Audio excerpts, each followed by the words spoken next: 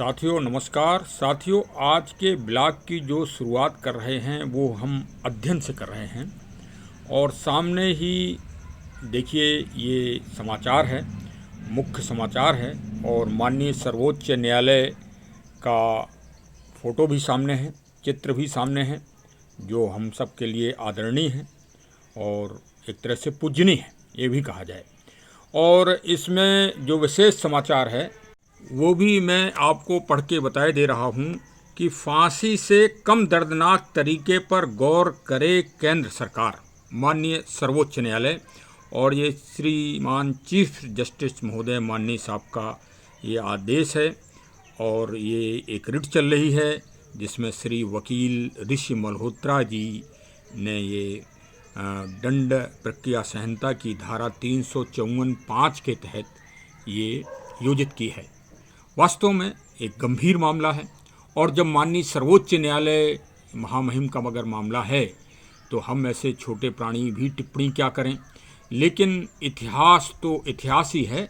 और उसमें जो समाचार है उसमें विशेष रूप से कहा है माननीय सर्वोच्च न्यायालय महोदय ने कि इस पे सभी लोग अपना अपना विचार दें कि फांसी के पुराने जो इतिहास हैं उनको सर्च किया जाए और देखा जाए कि फांसी कब किस कैदी को किस तरह से दी गई, निर्दयता से दी गई कि दरिंदगी से दी गई कि मतलब किस तरह से दी गई और उस कैदी को कितना कष्ट हुआ। वास्तव में आज चूँकि 23 मार्च है और भारत के इतिहास का एक बहुत ही ध्रुव तारे की तरह नक्षत्र का दिन भी है और एक कलंकित दिन भी है।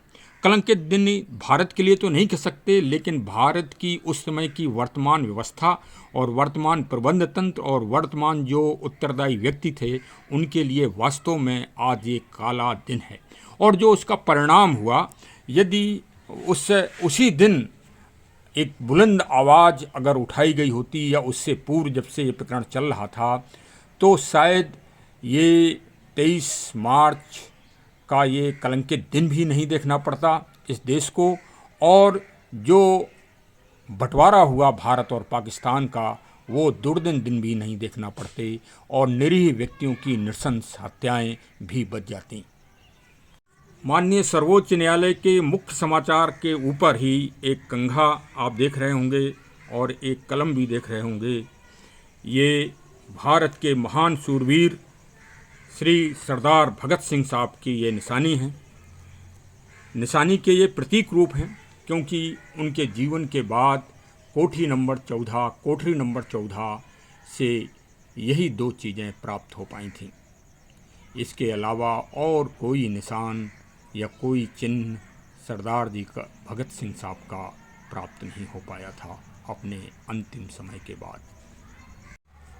शूरवीर सरदार भगत सिंह साहब को और उनके साथी श्री राजगुरु और श्री सुखदेव साहब दहशत और डर के कारण बैरिक में नहीं रखा गया था। उनको एक तरह से काल कोठरियों में दुर्दिनगी के रूप में रखा गया था, लेकिन वो उन कोठरियों में भी शेर की तरह अपने अंतिम समय में टहल रहे थे।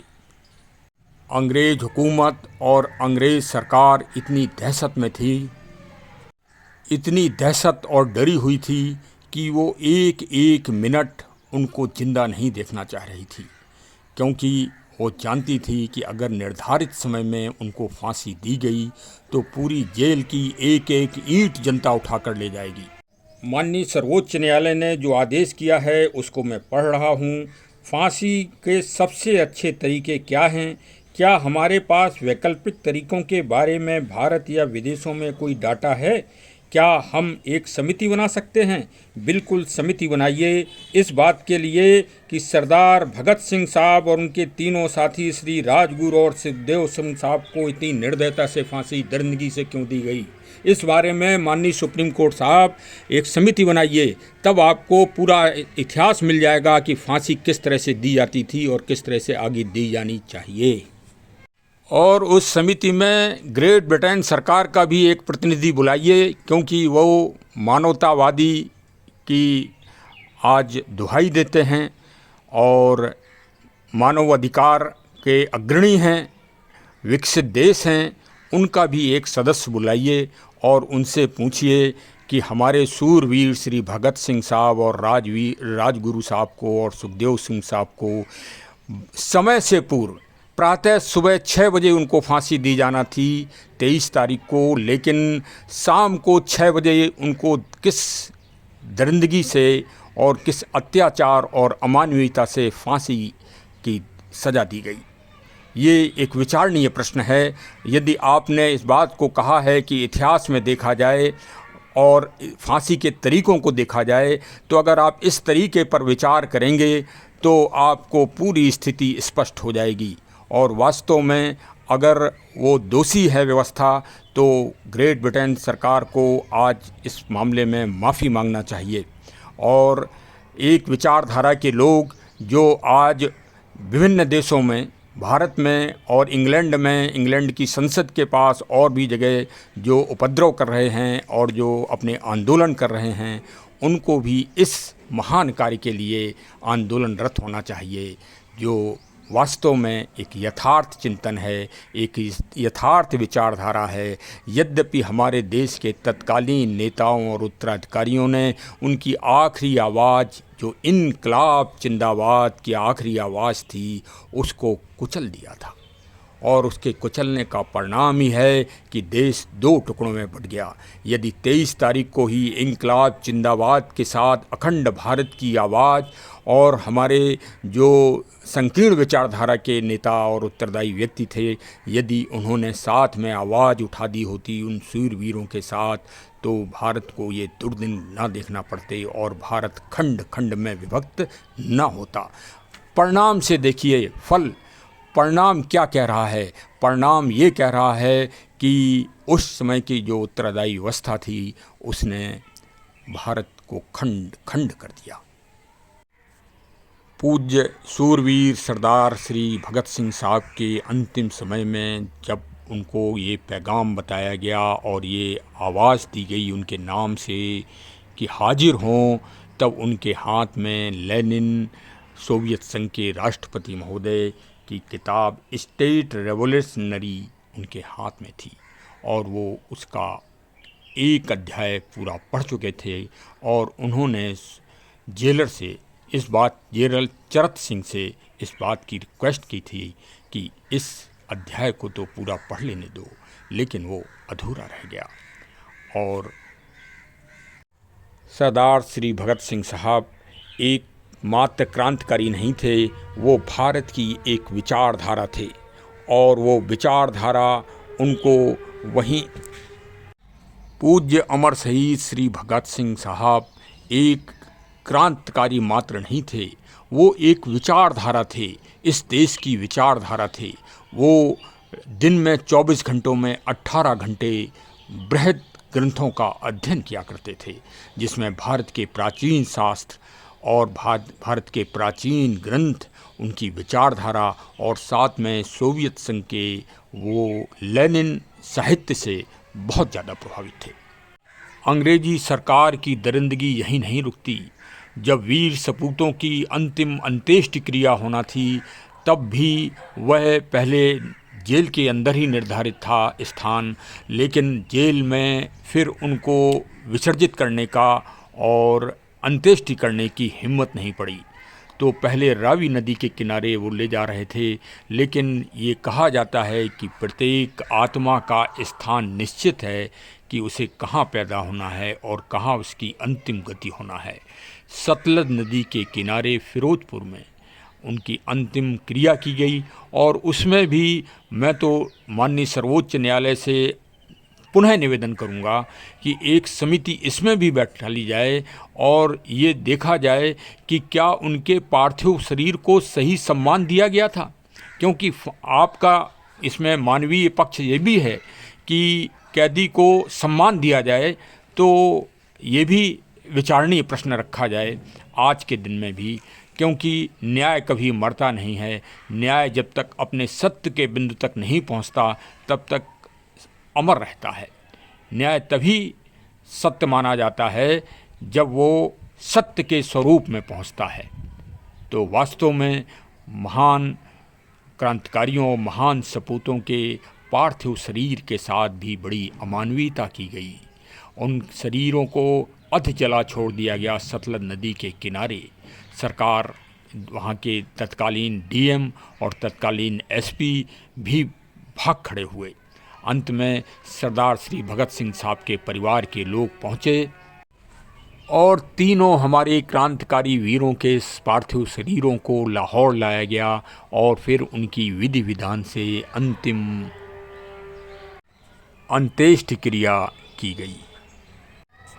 श्री सरदार भगत सिंह साहब से अंतिम जो जीवित व्यक्ति मिले थे वो श्री शिव वर्मा जी मिले थे, जो उनके साथ ही उस सेंट्रल जेल में बंद थे। लेकिन अंग्रेज प्रशासन ने उनको उसी दिन समय से पूर्व, फांसी देने से पूर्व उनको जेल से रिहा कर दिया था। अपने अंतिम संबोधन में सरदार श्री भगत सिंह साहब ने कहा था उनसे कि तुम हार नहीं मानना, मतलब तुम का मतलब पूरे देश के नागरिकों को एक आखिरी संबोधन था। पूज्य श्री सरदार भगत सिंह साहब की दूरदर्शिता को आप देखिए। आज देश को स्वतंत्र हुए 75 वर्ष हो गए हैं। आप पूरे विश्व पटल को उठा के देख लीजिए।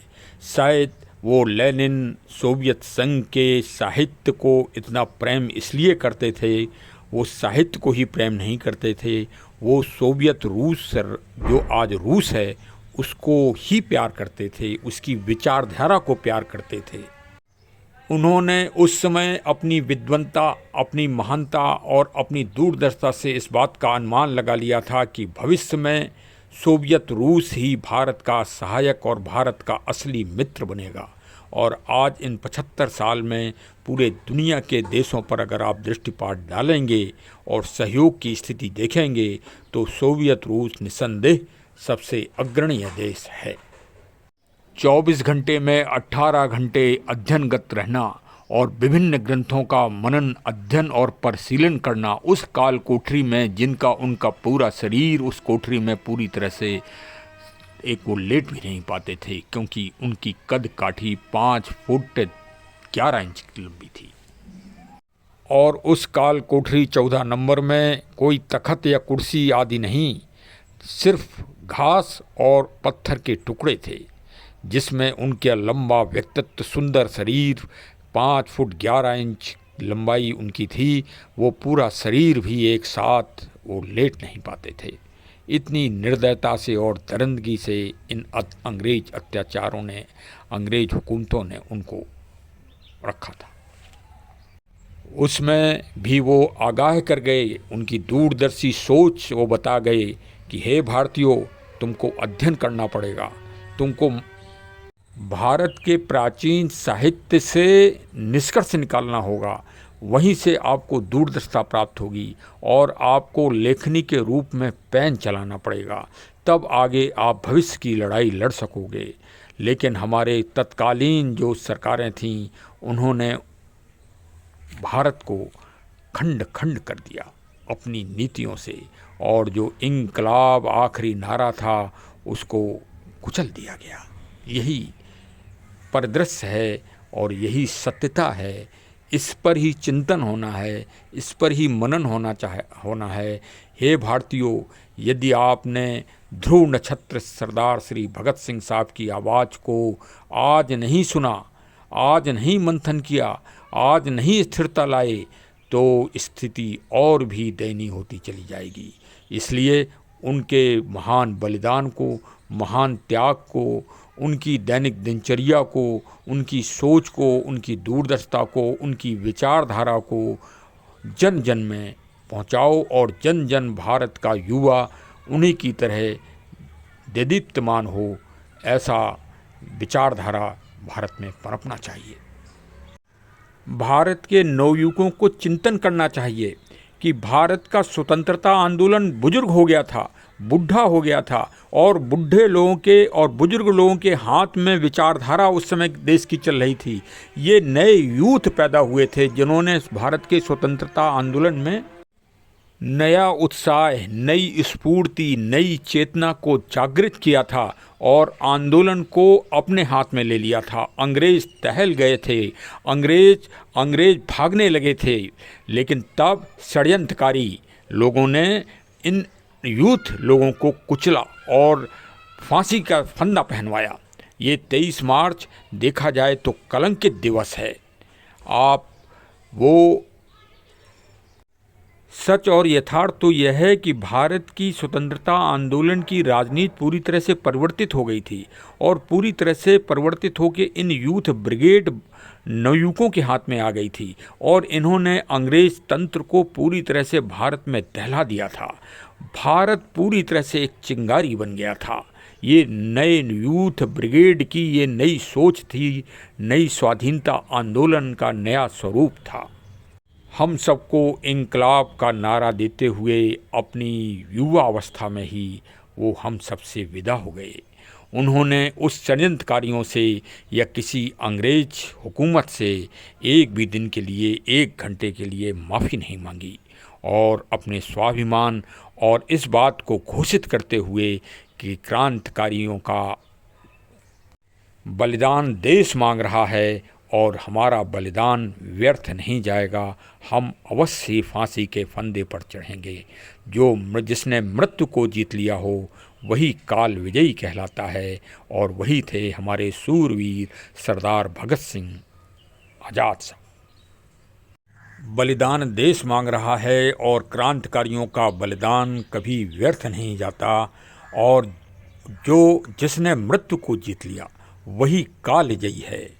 ऐसे थे हमारे सरदार श्री भगत सिंह साहब, श्री राजगुरु साहब, श्री सुखदेव सिंह साहब। और यही कारण है कि श्री भगत सिंह साहब भारत के इतिहास में, भारत के स्वाधीनता संग्राम के ध्रुव नक्षत्र हैं और वो ध्रुव नक्षत्र के रूप में ही चमक रहे हैं और निखर रहे हैं और सदा सदा के लिए अजर और अमर हैं। उनकी प्रेरणात्मक बात, कंघा इस बात का प्रतीक कि हमेशा सिर ऊपर रखो भारतीयों, पेन इस बात का प्रतीक कि हमेशा पेन चलाओ, कलम और बंदूक की दोनों की तुलना करेंगे तो कलम और पेन जो है आगे है और भविष्य है। बंदूक की गोली तो चल के ख़त्म हो जाएगी, लेकिन पेन की चली लिखावट अजर अमर होगी। और तीसरी चीज़, कभी स्वाधीनता के लिए समझौता मत करो, मुखर रहो और भारत का भविष्य नव युवक और नव जागृति के लिए समर्पित का संदेश दे गए हैं। यही उनकी दूरदर्शिता है। विश्व पटल के लिए भी उनका जो संदेश है, जो उनकी आखिरी ग्रंथ है, शायद वो दूरदर्शिता ही है और वही प्रमाण भी है। 75 साल की इस रथ यात्रा में दुनिया में बहुत सारे देश हैं, लेकिन जो आखिरी उनका संदेश है वो हमारी समझ से इस सहयोग और दोस्ती को हमेशा अमर रखेगा।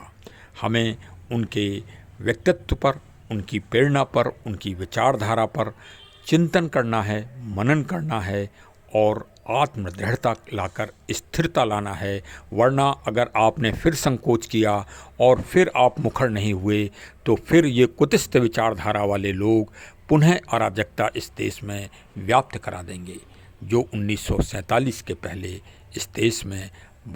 देखिए, यदि आप उनके सिद्धांतों पे और उनकी बताई गई नीतियों पे और उनके द्वारा फैलाई गई जागरूक विचारधारा पर नहीं चलेंगे तो आप विश्वास मानो वही परिणाम होगा कि भारत और पाकिस्तान का बंटवारा तो अखंड भारत से हुआ ही, साथ में जो उनकी जन्मभूमि है, जो उनका गांव है बंगा जनपद शहरयार में, वो शहरयार जनपद ही पाकिस्तान के नक्शे से आज गायब है और उसका नाम फैसलाबाद हो गया है। अब बताइए कितनी चिंतनी और कितनी मंथन करने वाली बात है कि इतने बड़े अमर शहीद जिन्होंने पाकिस्तान को स्वतंत्रता दिलाई, भारत को स्वतंत्रता दिलाई और अंग्रेज़ों की गुलामी से मुक्त होने के लिए अमर शहीद हो गए फांसी के फंदे पर, और कभी उन्होंने उफ नहीं की। इंकलाब आखिरी नारा दे गए और उसकी परिणति ये हुई कि उनकी जन्मभूमि को भी हम सुरक्षित नहीं रख पाए। कितनी शर्मिंदगी की बात है। विचार करें, मंथन करें। कौन मंथन करेगा? युवा मंथन करेगा। युवा में ही तर्क शक्ति होती है, युवा में ही जिज्ञासा होती है। जो एक उम्र पार कर लेता है उसकी जिज्ञासा, उसकी तर्क शक्ति समाप्त हो जाती है। वो युवा ही थे जो तीनों लोग आज 23 मार्च को अमर शहीद हुए। वो भारत के सबसे युवा और जीवट और सबसे महान व्यक्तित्व के मालिक थे। उनको अमर करना ही पड़ेगा और उनकी नीतियों पे इस देश को चलना ही पड़ेगा। और नहीं तो जो स्थिति सामने आई है, जो बंटवारा हुआ है भारत पाकिस्तान का, वो दुनिया का सबसे कलंकित घटना है, कलंकित प्रसंग है। विचार करें कि बंटवारे के रूप में सामने आया। तो चलिए, सबको जागना है। जय सरदार श्री भगत सिंह साहब की। अमर रहें, अमर रहें। श्री भगत सिंह साहब, राजगुरु साहब, सुखदेव सिंह साहब हमेशा हमेशा के लिए अमर रहें। समस्त भारतवासियों के हृदय में निवास करें और अमर ज्योति को जलाते रहें हम सब। यह हम सब का दायित्व है। जय हिंद, जय हिंद, जय हिंद।